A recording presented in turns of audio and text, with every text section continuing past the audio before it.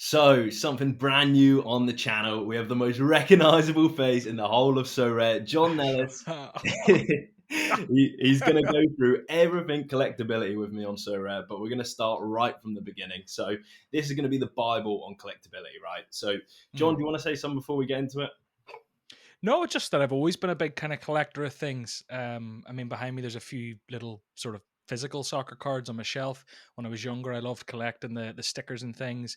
I've went through Pokemon. I've went through toys and random stuff. So I've always kind of been into collectability, and I've always found it kind of fascinating. So this is interesting, and I think ultimately it's what led me into So Rare. I want to go right back to the start. We're not going to jump into like, one of a thousands. Are they better than, shirt numbers and all the rest of it? Mm. We're going to start with like, what do people collect in the real world, right? So I don't know what you're thinking on this, but instantly I go to cars, I go to watches, I go to sports memorabilia and like, Mm. physical cars like we spoke about. Is there anything else you can think about?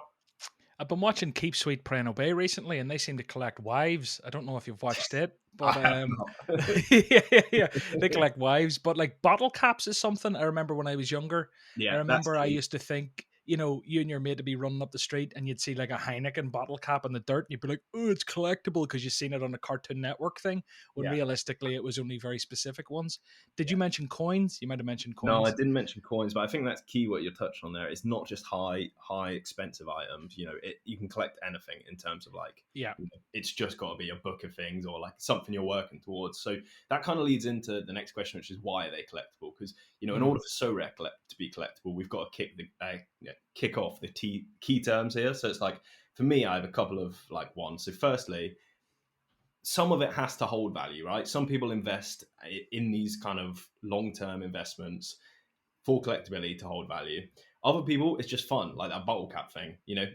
25 years time, these bottle caps probably won't have much utility or not going to have much collectability about them. But it's just fun because you've got a goal to Mm. work towards. And then also there's that modern day showing off the flexibility, not flexibility, the flexing of it, where it's like this is on my wall, I've got it, you haven't. It Mm. doesn't have to be expensive, but it's a goal that someone's got to, and they're proud of it. So yeah. Anything else you can think of why people collect stuff, or is that pretty I much it? think I think at the absolute crux of the matter, there's the whole supply and demand thing, where the demand outweighs the supply. That'll inevitably make it more collectible or more sought after, and like a defined scarcity is very important. I think now we have people like grannies who collect spoons from different countries or magnets when people go on holidays. These things are all collected, but they're collected for maybe very different reasons, and they don't really have a defined scarcity. No one knows how many Tenerife magnets there are in the world. Probably more than there are people at this stage. But Yeah, the defined scarcity element, it adds a level to it because it adds that ability to go, this is one of 25 that have existed ever, and it just adds a metric to it, or a traceability, or an ability to know exactly how collectible something is.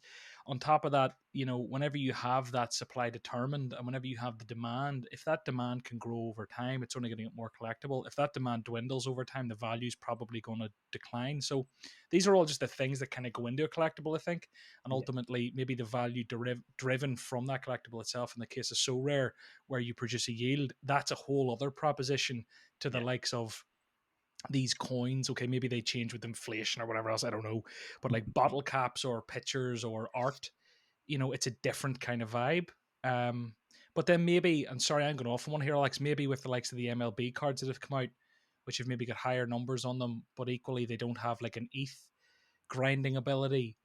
You could argue that we're leaning more collector, more art than yeah, necessarily yield generating. So maybe we're going back to the yeah. world of true collectibles and Yeah, that's collectability. definitely something I missed out on the art side. It's also got to look good, right? You don't really want to be showing off this thing that looks awful that only you're ever going to like. You want the kind of a more majority of people to like it than not like it, basically.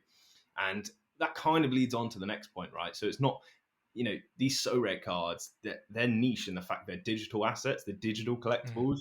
And like that's a whole different world on whether they're going to be collectible or not, because the internet's only been around for a short amount of time, and then on top of that, the ability to actually collect them, like specifically NFTs, have only been around for like 2-3 years now. So it's like, how can we find the collectability in that? So for me, let's just talk NFTs, right? Because that's true digital ownership. That's kind of Mm. the big picture idea that I see here. So it's like, they're definitely fun.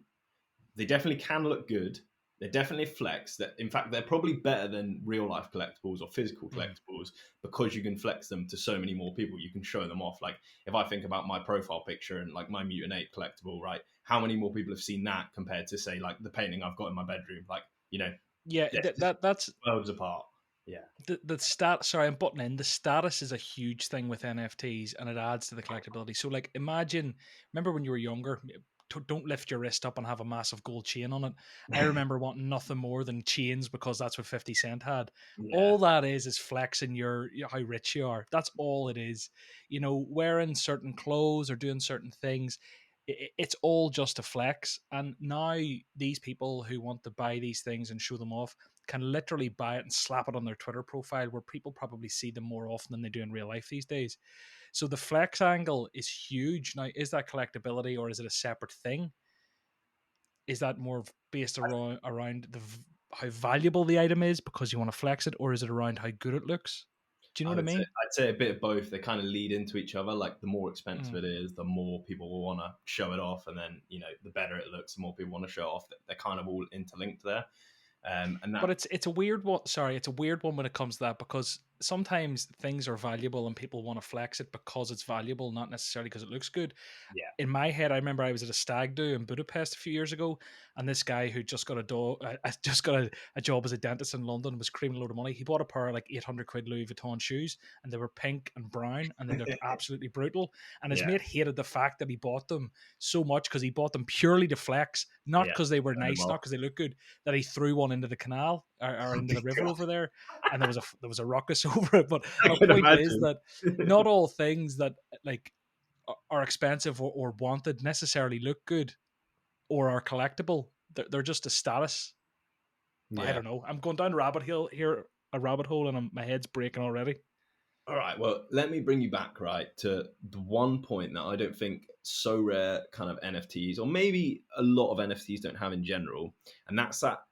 Sorry, maybe that they don't have it. We don't know whether they can hold their value or not long term. Whereas Mm. if you look at vintage cars or you look at watches, you can look across the last 50 years and say these actually increased in value with time.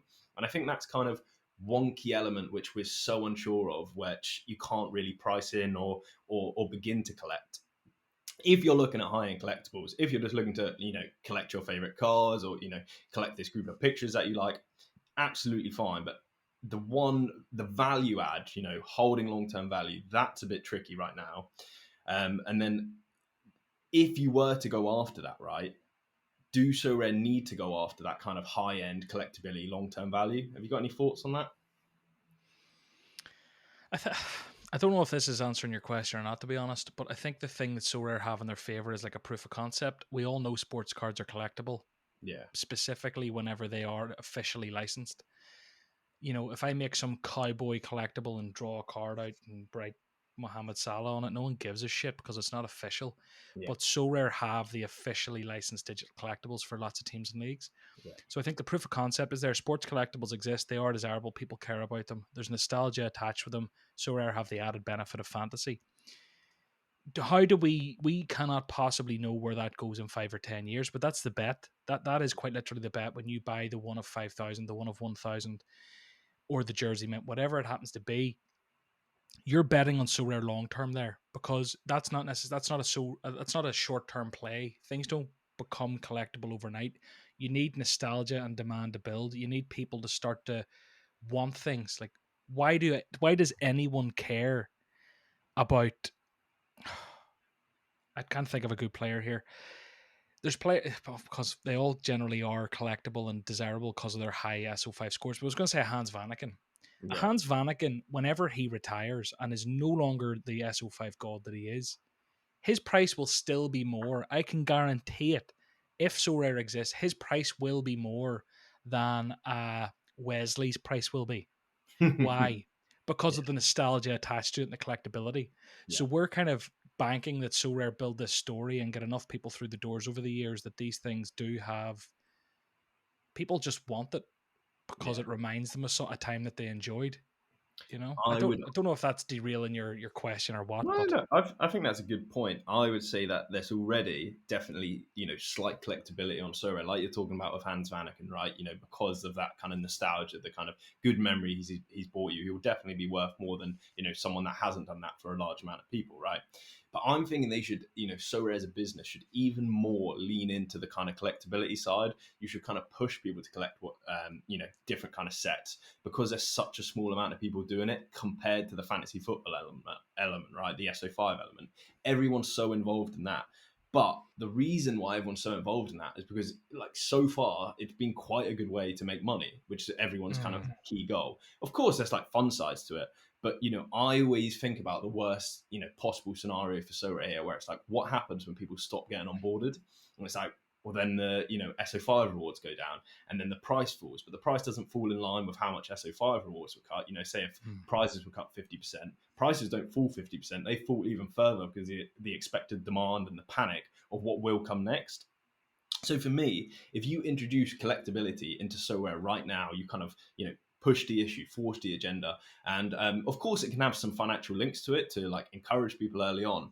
But I just think it's such a kind of a long term goal that if you start now, in that event that something goes wrong, you say 50% of SO5 rewards are cut. mm, Because you have that collectability, which isn't linked to SO5 rewards, it's like diversifying your cash flows. It's like making it long term sustainable. In my mind, I think of collectability the way like Apple were looking at like phones in 2007 when they were selling loads of phones, everything was going perfectly. But it's like, okay, well, what happens if phones slow down? Well, now they've got mm, laptops, now they've got iPads, now they've got Apple Music. They're diversifying. I think that's kind of where Sura want to go. They've obviously diversified in terms of SO5. They're diversified to baseball. And mm, it looks like they're leaning into collectibles. Like you said, they're not paying ETH and the cards seem more collectible. But I want to see more on the mm. football side for that kind of long term goal. And, I th- you know, I've been thinking about why it hasn't happened yet, or like there is elements of collectability, one of a thousands, but it's such a niche kind of market at the moment that I think so it can really go out and mm. kind of push the agenda. Do you think do you think they should be, or are you happy with SO5 and if the worst case happens, we'll deal with it when it happens, kind of thing? I think it's one of those things, right, where you can't just click your fingers and collectability happens or Yeah, desire happens for this sort of thing. But what they can do is nurture a culture of collectability and collecting. And how they do that, I suppose, is by implementing features on the site.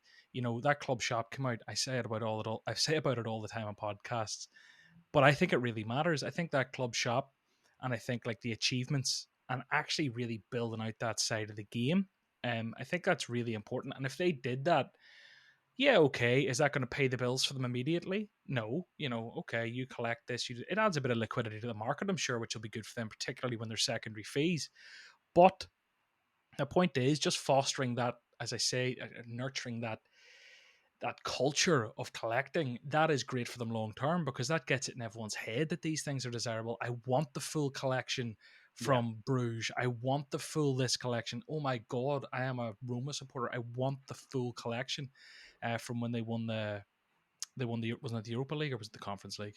the conference, but yeah, Yeah, um, it always no, confuses me because I always feel like they should be Europa League, and it feels weird saying conference. But you know what I mean? Like people getting into and 100%. buying into that, 100%. they And that's why I knew you putting. were the perfect man to bring on because you understand the value of that club shop. And to me, one of the things that I've seen with the club shop, which I did, was lean into the achievements. And that's almost like collectability in itself, where it's like, own, like one of them was like own 10 cards from the same team and you get like, it was literally like a Mm, star and 100 points. I didn't care about 100 points, just wanted the star, I just wanted the ticks. I know it's done. yeah. It's like those kind of things they can lean into just to make the platform more secure. And I've got, some wild ideas as well, how they get even more like kind of collectible, because the big problem for me was Sorare collectible cards. At the moment, it's just who can pay the most. Everything comes through auctions these days. You think of like the player of the year cards and all the other cards that they've been doing, like the Sunrise or Challenger cards. They're slightly more collectible, they're rarer, they look different. But if you can just win them, there's no point, right? People collect Mm. sports cards, A for the memorabilia, but it's that pack, it's that joy of I don't know what I'm gonna get, or I've got really lucky here. And I think that's what we need to introduce to Sorare. And I'm not saying packs. I understand the gambling. It's absolutely, it would be dire straits for a company like Sorare to introduce gambling. But if you put prizes once a month, or for the top player in this division or in this special weekly gets this collectible card which looks different, it's sponsored by this person, it would be so big. And I think long term, I think massive picture here, I want to win the division and you get, your card specialized by Mbappe. And there's a 30-second video and he says, well done, congratulations to the winner of the November challenge. Here's what I'm going to add to your card. And it's a little sign, it's a star with maybe a Mbappe signing at the end. And, he's drawn that on paper. Sorare put it to real life in terms of a card. It goes to that player, or maybe it goes to, say, 10 players. And then you've got this whole, this history to it, this vintage to it, where it's like, you won it. There was luck involved because obviously SO5, football, the rest of it. But these cards are not usable. That was the other thing. Sorry, these are like more collectible, like aesthetic cards, and they still hold value because you're building up that kind of, that kind of prestige, right? You won this card. This can't be bought. Yeah, No, I hear you. I completely do. I think like the autos is a huge thing in the physical sports world, or jersey mints. Not sorry, jersey mints, like jersey patches and stuff. yeah, Now I don't know how you do that in the metaverse, but like the autos is a huge thing they could lean into more. Instead of giving it to players who are going to flog it for a couple of grand and never use the platform, maybe come up with a more engaging way to put it out there. Another yeah, point I just wanted to bring up was in terms of the collectability. I feel like they tried to lean into that a bit with the newer season cards, with these like swiggly background and the other background, the 5 different types of yeah, background, but it's just not really enough, is it? Like yeah. it's really not. It's like no one cares. Like I really Essentially, don't care. No one cares. yeah, essentially Um, that's my next point. Sorry if I can just button there. Like, make cards look better, because at the mm, moment the kind of, they look so similar to each other. Where even if you do have a player of the year, they're so close together, right? Think of FIFA here. Those cards look nothing like each other, even though they start with the same base design, and they're also like unique in the same ways. Like, you get random things that happens to them, like shapeshifters. So you get a striker playing centre back and things like that. We're still in the very one-dimensional. Let's change a color. Let's change the pattern. I mm, think it's time to start, thinking outside the box, making them look better, and that brings collectability, because it's like, oh, I'm going to collect all the like wild colors ones. You know? mm. Or maybe you could come up with it. Like, I just going a bit mad off my head here, and it's probably too much work, but like thinking of ways for those backgrounds, if you want to have 5 different ones or you want to throw a few spicy ones out there for each player, come up with ways that they might relate to the player or increase their future collectability. You know, I don't even know how you do that. Maybe leaning into different sort of attributes the player might have or actions that they might possibly do on the pitch. And then, like, people want the Erling Haaland one where it's got like the goal in the background with or the overhead kicking footballer. Do you know what I mean? Like Yeah, silhouette, yeah, whatever it happens to be, something that it could be like, oh my god, that's the Erling Haaland card from the year he scored the Gareth Bale card from the year he scored the overhead kick in the Champions League final, and it's got the wee overheady bit in the background. It's like it's nothing, but it's better than random squiggles and X's and O's and whatever. You know what I mean? yeah. And I doubt that increases collectability massively, but I'm just trying to come up with an example of something. yeah, even, leaning into the collectability we already have. So I have a Celtic collection. I was listening to, a podcast this week with Trip and B, and he's got like a Charlotte collection, and it's like, Mm, that's great. He's loving his. In my mind, I'm a bit like, oh, I should really be using that kind of assets towards SO5, because that can get me something. Where if my Sorare cars, like for the collectability, they're kind of just sitting there, like, wasting time, almost like wasting mm, funds. So for me, I would like to see people like Sorare definitely lean into the supporters. This is huge for clubs, right? I can't even show off my Celtic collection. You go on my page, it's actually quite hard to find. It's next to, my rookies, my under 21s, and all the rest of it. They've got this like, best 5 in the center of the screen on my cards, on my clubs. which means nothing. Absolutely nothing, right? Let me display my top 30 cards. Let me do anything, please. Like, it's Mm, so wasted. Where, how can you have collectability when you can't even flex it to anyone? So, people probably don't even know I have a Celtic collection of every, player I could get past and present, that aren't like super expensive, or, going to waste too much. Um, so that's why it's like, they definitely need to do more. Even if it doesn't create that much value, it's going to make value for the players, because I can show off what I've been working on. And then, the ability to share. How we've been following each other.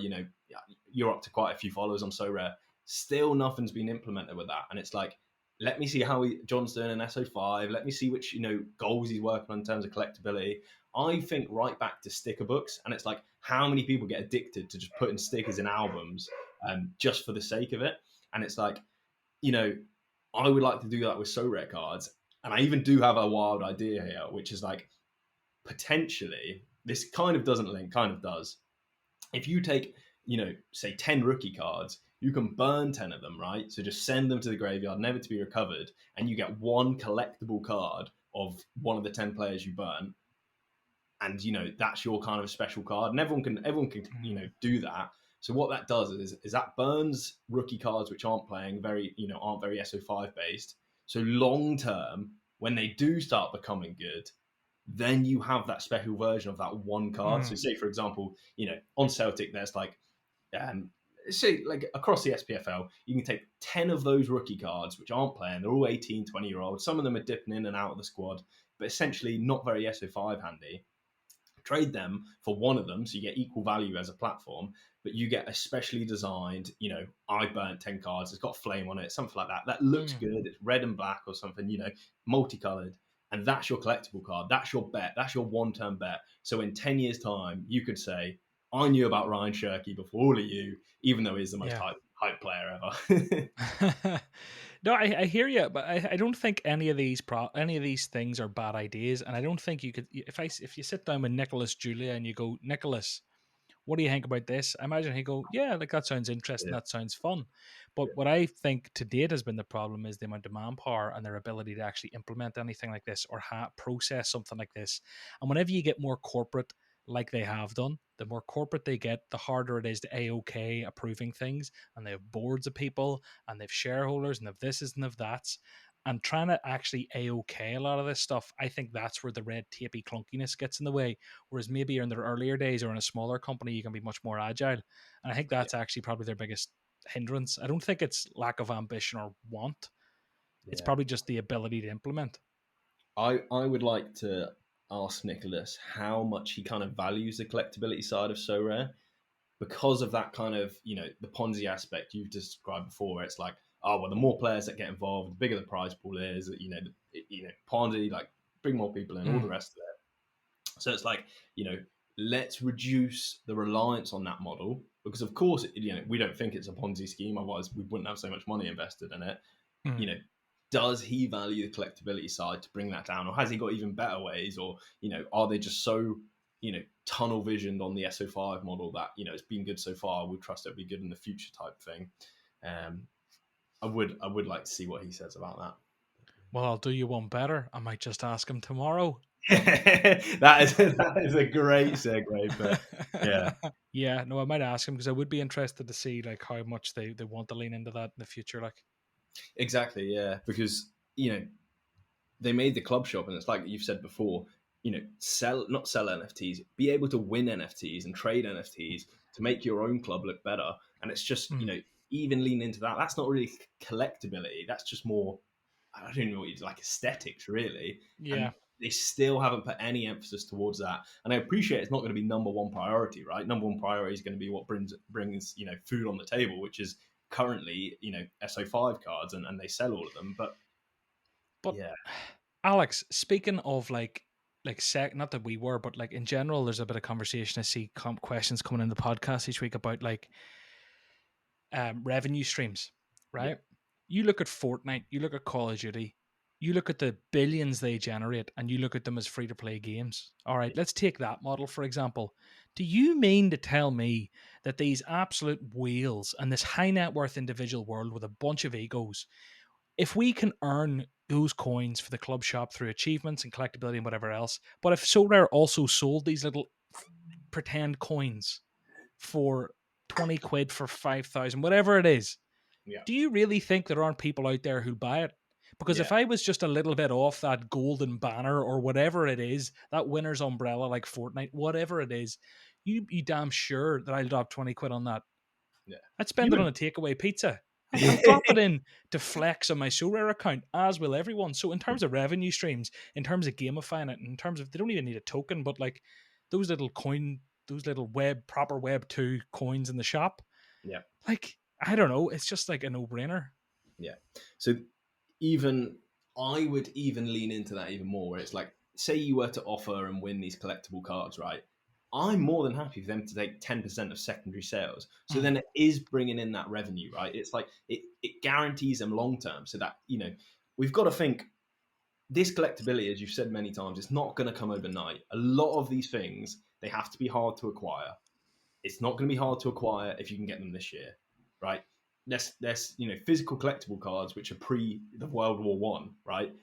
Those are going about and they're collectible because they're so hard to acquire. So it's like, if you add that in, feel free to take a kind of percentage on top for the rest of time, because if it's successful, if you're making money off it, that means we've made money off it too. Like, we are Mm.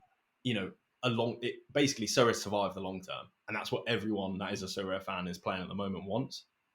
Mm. So yeah, one thing I did want to mention, John, right? Collectability, because it's such a long-term investment, because it comes with all these risks. It is such a massive risk when you look out so long-term and say, I'm going to go for this card and it's going to hold value in the long term, because you could be collecting cards on So Rare and you should have Mm. been collecting them on FIFA, or you should have been collecting them on Ultimate Champions, or some completely different place. So I just want to put that out there as like, I'm not obscure to the fact that this is a bit more risky in terms of like from a player base collecting cards that might or might not be valuable in the long Mm. term, but I still think Sorare should lean into it. And Yeah. I just want to touch on what you kind of think might be collectible in the long term if this was to be successful. So, I'm going to take the one of a thousands. They're probably going to be quite successful, but anything outside of the box which you think could hit the right place? It's all the obvious ones, unfortunately, really. I mean, there's one or Yeah. two other examples you could maybe come up with, but from the physical world, I mean, it's the one-offs, the jersey matches, maybe the age match. No, definitely Outside the that, age match, because I've got 8 of those. So age match, yeah, well, there we go. absolutely, Age match, maybe, yeah. arguably better than the one of a thousands. Yeah, oh, maybe, but but a funny one actually. Of two things here, but one that's kind of weird is that I've noticed like super rares. We've all noticed this, and it just defies kind of collectability on so rare. Is that like a 1 of 10 won't carry the same clout that a 1 of 100 will, or a Yeah, 1 of 1,000, or a yeah, 1 of 5,000. It's like, well, it's 1 of 10, but there's only 10 of them, so like it's only 1 in 10 chance. But if you've the 1 of 5,000, there's literally one of them and 5,000 of them out there. yeah, So that's a really weird nuance, I think, to so rare, because if you're collecting like, I don't even know, Kobe Bryant rookies, the 1 of 10 will be very important yeah, as opposed to like a 1 of 100. The 1 of 10 would matter more. Do you know? It's a yeah. weird kind of nuance. Yeah, that is definitely a weird nuance, and I want to. This is the type of thing I want to talk about with you. Like, why is that? Is that because there's less people that can collect the super rares? So, for example, I would rather collect Mm. 100 one of a thousands because I can afford it, compared to two 1 of 10s, right?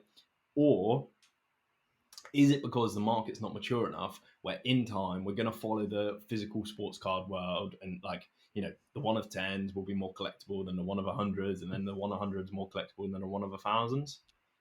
I think it's one of those actually when you think about it, right? So for a super rare, it's not a particularly liquid market, so you can only compare the 1 of 10 versus the 2, 3, 4, 5, 6, 7, 8, 9 of 10s, right? And the 10 of Yeah, 10. And there's not going to be a lot of data out there. And because it isn't as liquid a market, if you go to someone and they go, oh, well, this is the one of, so I want 1.5x, you yeah, just go no, and they're probably not going to get a sale. So yeah, they probably have to come to you a bit more. But whenever it's the limited world, as you say, there are way more people looking for it. And it's only one, and the liquidity is just there, and it's mad. So it's almost like a seller's market more than a buyer's market, which you get higher yeah, up the food chain. So it probably is down to do with that demand when you think about it. yeah. Well, The let other me thing I ask. wanted to say, oh, sorry, Sorry. go for it.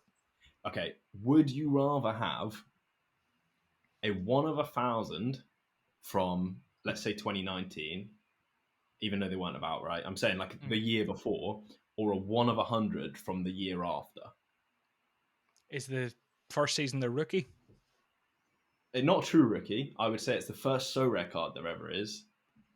So like the one of But 1,000 Messi, or yeah, next I'm season's one of thinking 100 I'm Messi. thinking like Shemani, right? So Shemani will have um, a card when he was 21. I think it's his first card. So it's like, would you Yeah. rather take that in a rare, or the one later where you get the 1 of 1000 limited? Collectible wise, I'd prefer the earlier print Yeah, personally. But I And this think is utility wise, obviously the 100 matters more. But it's like in the real world, would I rather a 1 of 100 Messi rookie or a 1 of 10 Messi second year? It's the rookie every time in yeah. terms of value from collectibles. So like, No, I do you think know that, what I think that this is? I think it's going to be similar in the physical card market where you get really, it's like modern autos, look really cool, signed by the player, compared to your kind of vintage, people harder to acquire. It's kind of like mm, same, different. So it's like if you take Messi, for example, his very first card, that is hard to acquire, but he hasn't touched it. He doesn't know about it. It was probably worth nothing at the time. But then comparing that to now, where you've got out of the bat £1,000 for any mm. card that Messi's autoed because he's touched it or at least touched some print or some pen that touched it. So I think The it's the very hard problem with to. that is though in NFTs, all the cards that were there are still there and they're still in perfect condition. The Yeah, thing that drives that value when you go to the real world and look at older stuff is the fact that they've degraded and people didn't know the value of them at the time and the collectability value, and that's why the supply is lower. yeah, Whereas now in NFT land, just because it was of 1 of 1,000 a year or two ago and no one knew how collectible it would be, there's still going to be 1,000 of them there, and they're still all trackable and they're still all perfect condition. So you don't get that kind of drop off of quality or supply based off just negligible, that not that is a negligible. Sorry, fantastic point because this is you what know. we're leaning into from the start. Where it's like, are digital assets collectible? The point a lot of people are forgetting is they're going to be so easily collectible. Where if I had a wallet from 10 years ago and someone says, oh, a Sorare cards are valuable now, I'll be like, oh, God, forgot about those. And they're all in perfect condition. They should be Yeah, relatively easy to acquire in terms of you just need a password, um, which would be your password. But it's just like, we don't know. There's so much ambiguity, so much yeah. uncertainty. Like, you know, are 1 of 1,000 from this year ever going to be valuable?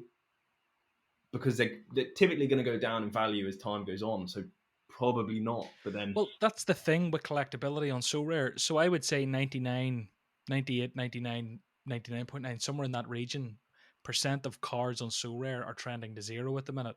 yeah, Where, like, I don't care what you say. Right? I really don't care what you say. As it stands, a Kaladu Koulibaly, as much as I love him for So Rare, his card's going to be worth fuck all when he retires. Do yeah, you know what I mean? It really is. Unless they've some other game, but in terms of pure collectability, it's not worth a lot.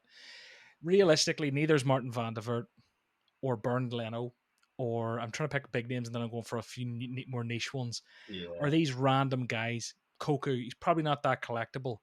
So those cards are all essentially trend to zero, but the ones that don't trend to zero will be genuinely collectible and could go for anything. So the yeah, Ronaldos, the Messis, the Mbappe rookies, the Haaland rookies, or first mints, whatever, and other players will come out of the woodworks. They will genuinely probably be collectible, whereas the rest will be worth very little.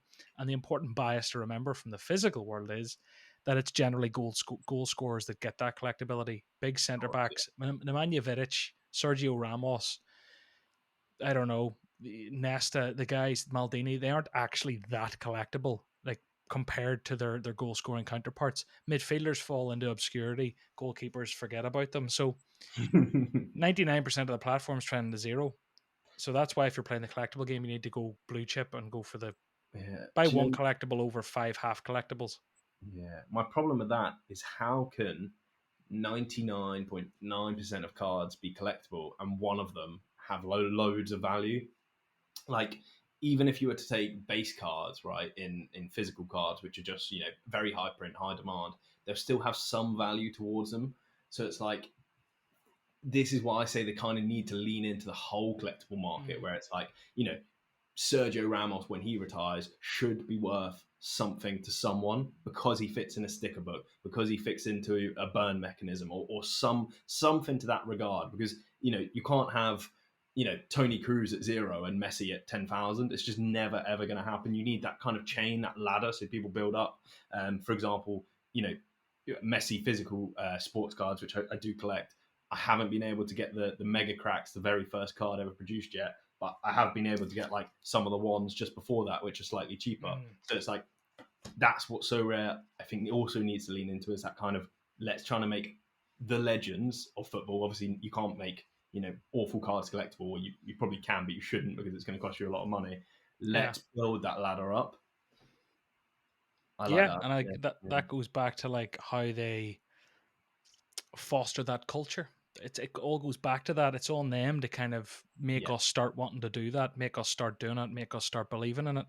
yeah, Until that happens, it's us having conversations like this, trying to explain why collectability is a thing. While a yeah, load of people saying, "I don't give a shit, I just want to win SO5." At yeah, the minute, it's never going to happen. But if they lean into it and make those conversations happen and make people start believing in it, over time, it will just become truth. It won't just become speculation.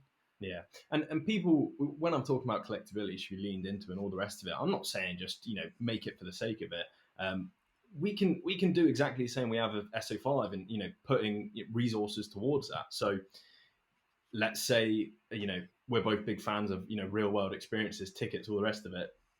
If you hold these 30 cards for one whole month, which show reg dictate, right, you get put into a draw for physical tickets. Mm. And say you hold 30 Juventus cards, you'll be put into a Juventus draw. I think that kind of thing where you casually lean them in, and then people are always going to be holding these cards in case it's Juventus that come out the pot next. I think that's really something that's underused and maybe overthought of. Obviously, I don't know how Sorare think about it, but the way they've been acting towards it, I think they probably undervalue the long term effects, the positive long term effects that this could have. Yeah, yeah. I think they like to think they're leaning into the collectibles market, and I think they like to say that's what they're doing, but I don't think really they're leaning into it enough or making enough actually happen. I think they're Yeah, saying it, but I don't know if that's more for like the PR of it and the regulation, or if that's true, yeah. like how they really feel. It's like with my player of the year cards, I think I've like two or three of them.